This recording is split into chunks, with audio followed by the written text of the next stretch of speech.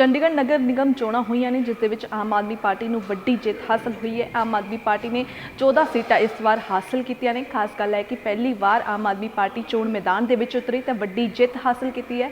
ਇਹਨਾਂ ਦੇ ਵਿੱਚੋਂ ਹੀ ਇੱਕ ਜੇਤੂ ਕੌਂਸਲਰ ਚ ਨੇ ਨੇਹਾ, ਜੋ ਕਿ 25 ਸਾਲਾਂ ਦੇ ਨੇ, ਅਨਮੈਰਿਡ ਨੇ ਅਤੇ ਟੀਚਰ ਨੇ, ਤੇ ਇਸ ਵਾਰ ਉਹ ਪਹਿਲੀ ਵਾਰ ਚੋਣ ਮੈਦਾਨ 'ਚ ਉਤਰੇ ਤੇ ਉਹਨਾਂ ਨੇ 2 ਵਾਰ ਦੇ ਕੌਂਸਲਰ ਰਹਿ ਚੁੱਕੇ ਕਮਲੇਸ਼ ਨੂੰ ਹਰਾਇਆ, ਵੱਡੀ ਜਿੱਤ ਹਾਸਲ ਕੀਤੀ ਹੈ। ਅੱਜ ਸਾਡੇ ਪੱਤਰਕਾਰ ਦਿਨੇਸ਼ ਗੋयल ने उन्होंने नाल खास गलबात की। हुण तुहानूं उन्हां नाल हुई खास गलबात सुणांदे हां। जब आप इलेक्शन मैदान में उतरे तो कहीं ना कहीं आपके मन में डर तो होगा, क्योंकि कमलेश एक बड़ा चेहरा था। ऐसा नहीं हो सकता भी, कहीं ना कहीं तो डर होगा, क्योंकि आप तो पहली बार इलेक्शन लड़ रहे थे, आपको तो एक्सपीरियंस नहीं था, जबकि वो तो कई इलेक्शन लड़ चुकी है और 2 बारी तो मेयर रह चुकी है, 3 बार काउंसलर रह चुकी है। जब हम पॉजिटिविटी के साथ चलते हैं तो सब अच्छा होता है। Not any single person, whole team लगी हुई थी दिन रात अपना मेहनत करने में कि जिसको भी टिकट मिले, लेकिन आनी चाहिए आम आदमी पार्टी की सरकार। तो सभी और एंड तक भी पूरी टीम ने काम किया और आज टीम की मेहनत थी, टीम दिलीप कुमार की मेहनत थी। अगर हार भी जाते हो तब भी अगर अपने लोगों के बीच में रहते हो तो लोग देखते हैं, चलो हमारे लिए खड़ा तो है, स्टैंड बाय पे तो है, लेकिन वो शायद लोगों से कटना शुरू हो गए थे, लोगों के बीच में नहीं रह रहे थे। इसलिए लोगों ने सोचा कि क्यों ना फिर हम जो यहाँ पे रेजिडेंट हैं, जो यहीं के रेजिडेंट्स हैं, उनको ही मौका दिया। कमलेश तो पहले यहीं रहती थी, आप शायद ਚੰਡੀਗੜ੍ਹ ਨਗਰ ਨਿਗਮ ਦੇ ਹੁਣੀ ਚੋਣਾਂ ਹੋ ਕੇ ਹਟੀਆਂ, ਰਿਜ਼ਲਟ ਆ ਗਿਆ। ਰਿਜ਼ਲਟ ਵਿੱਚ ਆਮ ਆਦਮੀ ਪਾਰਟੀ ਸਭ ਤੋਂ ਵੱਡੀ ਪਾਰਟੀ ਬਣ ਕੇ ਉੱਭਰੀ ਆ। ਆਮ ਆਦਮੀ ਪਾਰਟੀ ਨੂੰ 14 ਸੀਟਾਂ ਮਿਲੀਆਂ, ਬੀਜੇਪੀ ਨੂੰ 12 ਮਿਲੀਆਂ ਤੇ ਕਾਂਗਰਸ ਨੂੰ ਸਿਰਫ 8 ਸੀਟਾਂ ਤੇ ਸੰਤੋਸ਼ ਕਰਨਾ ਪਿਆ। ਔਰ ਤੁਹਾਨੂੰ ਦੱਸ ਦਈਏ, ਆਮ ਆਦਮੀ ਪਾਰਟੀ ਇੱਕ ਇਹੀ ਪਾਰਟੀ ਹੈ ਜਿਹੜੀ ਕਿ ਨਗਰ ਨਿਗਮ ਵਿੱਚ ਪਹਿਲੀ ਵਾਰ ਚੁਣਾਵ ਮੈਦਾਨ 'ਚ ਉਤਰੀ। ਚੰਡੀਗੜ੍ਹ ਦੇ ਚੁਣਾਵ ਮੈਦਾਨ 'ਚ ਮੈਂ ਕਾਰਪੋਰੇਸ਼ਨ ਦੇ ਜਿਹੜੇ ਇਲੈਕਸ਼ਨ ਹੋਏ ਆ ਉਸ ਵਿੱਚ ਪਹਿਲੀ ਵਾਰ ਉਤਰੀ। ਔਰ ਅਸੀਂ ਅੱਜ ਨੇਹਾ ਦੇ ਘਰ ਰਾਮ ਦਰਬਾਰ ਵਿੱਚ, ਆਹ ਨੇਹਾ ਦਾ ਘਰ ਹੈ, ਮੈਂ ਪਿੱਛੇ ਦਿਖਾ ਰਿਹਾ, ਇੱਕ ਛੋਟਾ ਜਿਹਾ ਘਰ ਹੈ। ਇਹ 1 ਜਾਂ 2 ਕਮਰਿਆਂ ਦਾ ਘਰ ਹੈ। ਇਸ ਵਿੱਚ ਇੱਕ 25 ਸਾਲ ਦੀ ਇੱਕ ਕੁੜੀ ਨੇਹਾ ਰਹਿੰਦੀ ਆ, ਅਨਮੈਰਿਡ ਹੈਗੀ ਹੈ, ਟੀਚਰ ਹੈਗੀ ਹੈ, ਪ੍ਰਾਈਵੇਟ ਸਕੂਲ 'ਚ ਪੜ੍ਹਾਉਂਦੀ ਆ, ਉਹ ਇੱਥੇ ਰਹਿੰਦੀ ਆ। ਉਹਨੇ ਹਰਾਇਆ ਕਿਹਨੂੰ ਹੈ? ਉਹਨੇ ਚੰਡੀਗੜ੍ਹ ਕਾਰਪੋਰੇਸ਼ਨ ਵਿੱਚ ਜਿਹੜੀ 2 ਵਾਰ ਦੀ ਮੇਅਰ ਰਹੀ ਹੈ ਕਮਲੇਸ਼, ਉਹਨੂੰ ਉਹਨੇ ਹਰਾਇਆ। ਇੱਕ ਬਹੁਤ ਵੱਡੀ ਗੱਲ ਹੁੰਦੀ ਹੈ ਵੀ ਜਿਹੜਾ ਮੇਅਰ ਹੋਵੇ, ਚੰਡੀਗੜ੍ਹ ਦਾ ਮੇਅਰ ਦਾ ਮਤਲਬ ਤੁਸੀਂ ਗੱਲ ਸਮਝ ਸਕਦੇ ਹੋ, ਮੇਅਰ ਕਿੰਨੀ ਵੱਡੀ ਤੋਪ ਹੁੰਦੀ ਆ। ਔਰ ਕਮਲੇਸ਼ ਇੱਕ ਲੇਡੀ ਦਾ ਨਾਮ ਹੈ ਜਿਹੜੀ ਕਿ 2 ਵਾਰ ਮੇਅਰ ਰਹੀ ਆ ਔਰ 3 ਵਾਰ ਇਲੈਕਸ਼ਨ ਜਿੱਤ ਚੁੱਕੀ ਆ। ਉਸ ਲੇਡੀ ਨੂੰ ਇੱਕ ਕੁੜੀ ਨੇ ਹਰਾ ਦਿੱਤਾ, 25 ਸਾਲ ਦੀ ਕੁੜੀ ਨੇ ਹਰਾ ਦਿੱਤਾ। ਬਹੁਤ ਵੱਡੀ ਗੱਲ ਹੈ। ਅੱਜ ਅਸੀਂ ਤੁਹਾਨੂੰ ਮਿਲਾਉਣ ਜਾ ਰਹੇ ਹਾਂ ਨੇਹਾ ਨਾਲ। ਨੇਹਾ ਇੱਕ ਛੋਟੇ ਜਿਹੇ ਘਰ ਵਿੱਚ ਰਹਿੰਦੀ ਆ। ਆਪਾਂ ਉਸ ਦੇ ਨਾਲ ਗੱਲਬਾਤ ਕਰਦੇ ਹਾਂ, ਦੇਖਦੇ ਹਾਂ ਉਸ ਦਾ ਕੀ ਕਹਿਣਾ ਹੈ। ਨੇਹਾ ਸਾਹਮਣੇ बैठी है। नेहा जी पहले तो स्वागत है, आप बैठिए। पहले तो मैं दैनिक सवेरा वालों का यहाँ पे स्वागत करना चाहूँगी। Please be seated sir. Neha ji, आपने मतलब कि एक बहुत बड़ी तोप को, क्योंकि कमलेश जो है 3 बार काउंसलर रही है और 2 बार जो है मेयर रही है। मेयर एक बहुत बड़ा नाम हो जाता पूरे चंडीगढ़ का मेयर, और आपने उसको हराया और हराया भी 804 वोट। 804 वोटें बहुत ज़्यादा हो जाती हैं, क्योंकि ये तो बड़े छोटे लेवल के इलेक्शन होते हैं। तो क्या रहा कारण, क्या मानते हैं जो आप कमलेश को हराने में कामयाब होगी?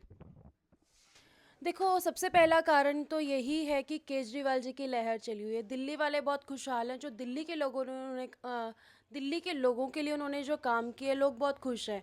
और जो केजरीवाल मॉडल था या दिल्ली मॉडल था, हमने अपने लोगों को समझाया, उन्होंने इस चीज़ को एक्सेप्ट किया और लोग बदलाव के मूड में पहले से ही थे। क्योंकि या तो 2 ही पार्टीज़ थी, 2 ही ऑप्शंस अवेलेबल थे, लाइक या तो कांग्रेस या तो बीजेपी। लेकिन अब 3rd ऑप्शन उनके पास जब आया, केजरीवाल जी की पार्टी आम आदमी पार्टी आई, तो लोगों ने उसको एक्सेप्ट किया और इसीलिए आज उन्होंने आम आदमी पार्टी की यहाँ पर सरकार बनाई है। जब आप इलेक्शन मैदान में उतरे तो कहीं ना कहीं आपके मन में डर तो होगा, क्योंकि कमलेश एक बड़ा चेहरा था। ऐसा नहीं हो सकता भी, कहीं ना कहीं तो डर होगा, क्योंकि आप तो पहली बार इलेक्शन लड़ रहे थे, आपको तो एक्सपीरियंस नहीं था, जबकि वो तो कई इलेक्शन लड़ चुकी है और 2 बारी तो मेयर रह चुकी है, 3 बार काउंसलर रह चुकी है। जब हम पॉजिटिविटी के साथ चलते हैं तो सब अच्छा होता है। जब हमें हमारी मेहनत पे विश्वास होता है तो सब अच्छा होता है। तो हमें भी हमारी मेहनत पे विश्वास था और पार्टी ने भी हमें मतलब ऐसा कनेक्टेड किया लोगों के साथ। कभी वो मेंबरशिप की ड्राइव चला दी कि परिवार जोड़ो अभियान चला दिया या गारंटी कार्ड भरवा के लेके आने, तो वैसे ही हम लोगों के से टच में रहे और ऐसे ही हम केजरीवाल मॉडल या दिल्ली मॉडल लोगों को समझाते रहे। तो मेहनत हमने की, दिल्ली वालों ने कराया, केजरीवाल जी ने जैसा भी सेटअप बनाया हुआ था यहाँ के लिए वो इम्प्लीमेंट करते रहे। धीरे धीरे लोग समझते रहे इस बात को और इसीलिए फिर आज हम आपकी जो बातें हैं उससे ये लग रहा है भी आप इलेक्शन से काफ़ी पहले से तैयारी कर रहे थे। तो ये कितने पीरियड से आप तैयारी कर रहे थे इलेक्शन लड़ने की? लास्ट 6 मंथ से हम डोर टू डोर हमारा कॉन्टिन्यूसली चल ही रहा था। जैसे आपको ड्राइव्स बताइए, 3-4 ड्राइव्स थी बीच में। कभी हमने एक ऐप पे भी हमने लोगों का डेटा लिया था। तो ऐसे ही हमने 3-4 बार तो ये डोर टू डोर हो गया। फिर इलेक्शन के टाइम पे 1 मंथ में हम मैक्सिमम 3 to 4 टाइम्स फिर डोर टू डोर। तो डोर टू डोर ने हमें बहुत हेल्प की लोगों से कनेक्ट होने में। तो इसका मतलब आपकी जो टिकट है पहले ही फाइनल हो चुकी थी भी हाँ यार आपको इस एरिया से टिकट मिलेगी, इसी करके क्योंकि आप काम कर रहे थे? नहीं, ऐसा नहीं है। मैं अकेले काम नहीं कर रही थी, पूरी टीम काम कर रही थी। Not any single person, whole team लगी हुई थी दिन रात अपना मेहनत करने में कि जिसको भी टिकट मिले, लेकिन आनी चाहिए आम आदमी पार्टी की सरकार। तो सभी और एंड तक भी पूरी टीम ने काम किया और आज टीम की मेहनत थी, टीम दिलीप कुमार की मेहनत थी जो आज रंग लेकर आई है। दिलीप तो खुद इलेक्शन लड़ना चाहते थे और काफ़ी देर से, मेरा ख्याल वो तो 5 साल से लगे हुए थे शायद इस एरिया में काम कर रहे थे। तो उनका भी कुछ ग्राउंड तैयार किया हुआ था जो पिछले जब से पार्टी स्टार्ट हुई वो तब से लगे हुए थे। पिछले 5 साल तो कम कहें, पिछले 9 साल से वो लगे हुए थे। हर एक बंदे की परेशानी वो समझते थे। जिसकी भी कॉल आती थी वो वहाँ पर जाके खड़े हो जाते थे। जो भी प्रॉब्लम थी वो सॉल्व कराते थे लोगों को। वैसे ही वो बहुत प्यार, मतलब वो भी प्यार करते थे और लोग भी उन्हें प्यार करने लगे थे। तो ग्राउंड तो उन्होंने हमें तैयार करके दे ही दिया था। सिर्फ ये हमें एक बार जाके लोगों को समझाना था दिल्ली मॉडल। तो यही चलता रहा। 9 साल उन्होंने मेहनत की और साथ में अब 6 महीने जो पूरी टीम ने काम किया। तो इसी वजह से आज तो आपको क्या लगता है अभी कमलेश क्योंकि 3 बार काउंसलर रही है, 2 बार मेयर रही है, उसके हार के क्या कारण मानते हो? देखो, लोगों से कनेक्टेड रहना पड़ता है। आप अगर हार भी जाते हो तब भी अगर अपने लोगों के बीच में रहते हो तो लोग देखते हैं चलो हमारे लिए खड़ा तो है, स्टैंड बाय पे तो है। लेकिन वो शायद लोगों से कटना शुरू हो गए थे, लोगों के बीच में नहीं रह रहे थे। इसलिए लोगों ने सोचा कि क्यों ना फिर हम जो यहाँ पे रेजिडेंट हैं, जो यहीं के रेजिडेंट्स हैं, उनको ही मौका दिया जाए। कमलेश तो पहले यहीं रहती थी, आप शायद हाँ, मैं खुद उनके पास 2 बार गई है। वो हमारे यहाँ पर यही बात बोल के गई कि आप तो खुद 2 बार मेरे पास आए थे, मैं मिली नहीं। तो सोच सकते हैं आप कि वो रहना, अपना मकान तो यहीं पर है, वो रहते यहाँ पे नहीं है। अच्छा मकान यहाँ पर है और रहते यहाँ नहीं है। तो लोगों ने लोकल कैंडिडेट को चुना। लोकल कैंडिडेट को चुना और एक यंग जनरेशन जो साथ में लोग, जैसे टीम दिलीप कुमार की बात की, सभी यंगस्टर्स थे। तो लोग यंगस्टर्स को भी एक बार देखना चाहते थे। मेरे ख्याल जो जिन्ने काउंसलर चुन के आए हैं 35 काउंसलਰਾਂ ਦੀ ਹਾਊਸ ਹੈਗਾ, ਮੇਰੇ ਖਿਆਲ ਤੁਹਾਡੀ ਏਜ ਸਭ ਤੋਂ ਘੱਟ ਹੈਗੀ ਆ। ਤੇ ਕਿੱਦਾਂ ਮਤਲਬ ਕਿ ਇੱਕ ਰਾਜਨੀਤੀ 'ਚ ਉਤਰਨ ਲਈ ਕਿੱਦਾਂ ਮਤਲਬ ਕਿ ਕਿਉਂਕਿ ਮੈਨੂੰ ਨਹੀਂ ਲੱਗਦਾ ਤੁਹਾਡੀ ਫੈਮਿਲੀ 'ਚੋਂ ਕੋਈ ਰਾਜਨੀਤੀ 'ਚ ਹੋਵੇਗਾ। फैमिली में देखो, पार्टी में जो चाचा जी तो थे ही, स्टार्ट तो इन्होंने किया था। हम इनके साथ हमेशा लगे रहते थे। कुछ भी इन्होंने प्रोटेस्ट करना या जो भी काम करते थे घर में एक बार डिस्कस ज़रूर करते थे किसी ना किसी से।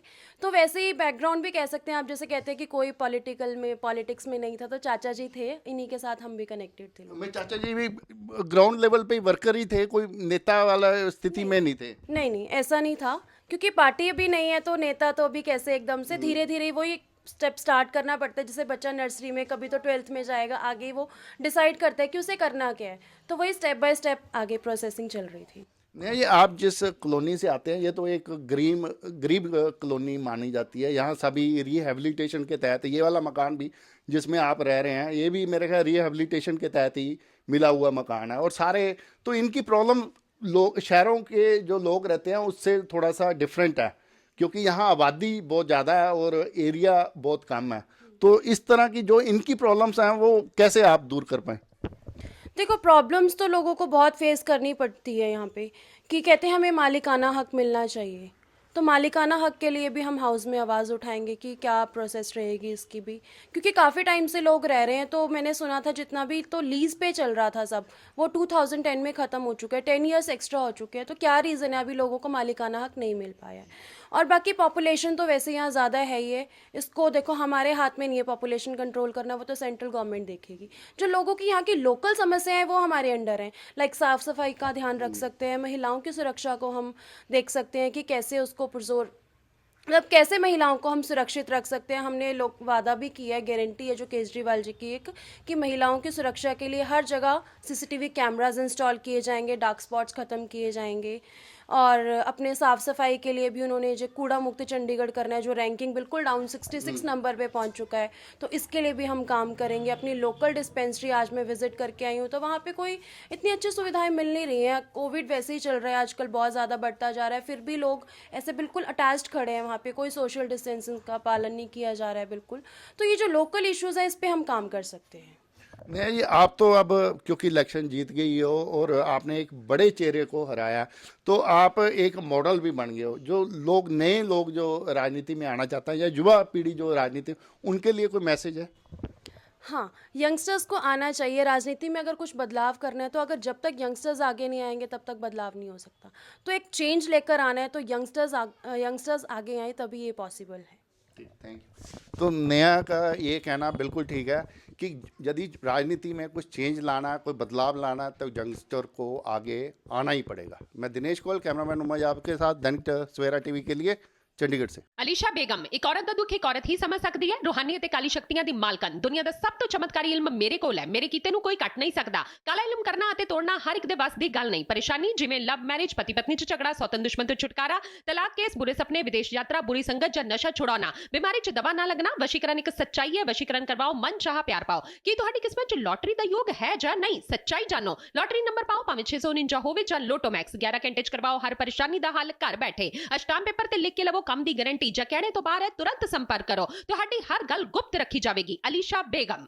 वर्ल्ड फेमस बाबा सलीम खान 21 बार गोल्ड मेडलिस्ट। सारियां थावां तो निराश ਅਤੇ ਮਾਯੂਸ ਹੋਣ ਵਾਲੇ ਇੱਕ ਵਾਰ ਫੋਨ ਜ਼ਰੂਰ ਕਰੋ। ਜਿਵੇਂ ਚਾਹੋਗੇ ਉਵੇਂ ਹੋਏਗਾ। It's my promise, immediately result, open challenge. ਇਲਮਾਂ ਦੇ ਮਾਹਿਰ A to Z ਸਮੱਸਿਆਵਾਂ ਦਾ ਫੋਨ ਤੇ ਘਰ ਬੈਠੇ ਕਰਵਾਓ ਹੱਲ।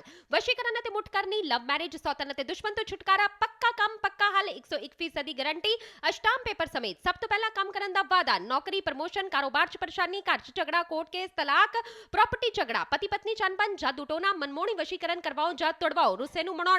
ਹੁਣੇ कॉल करो बाबा सलीम खान 98 199 37 467।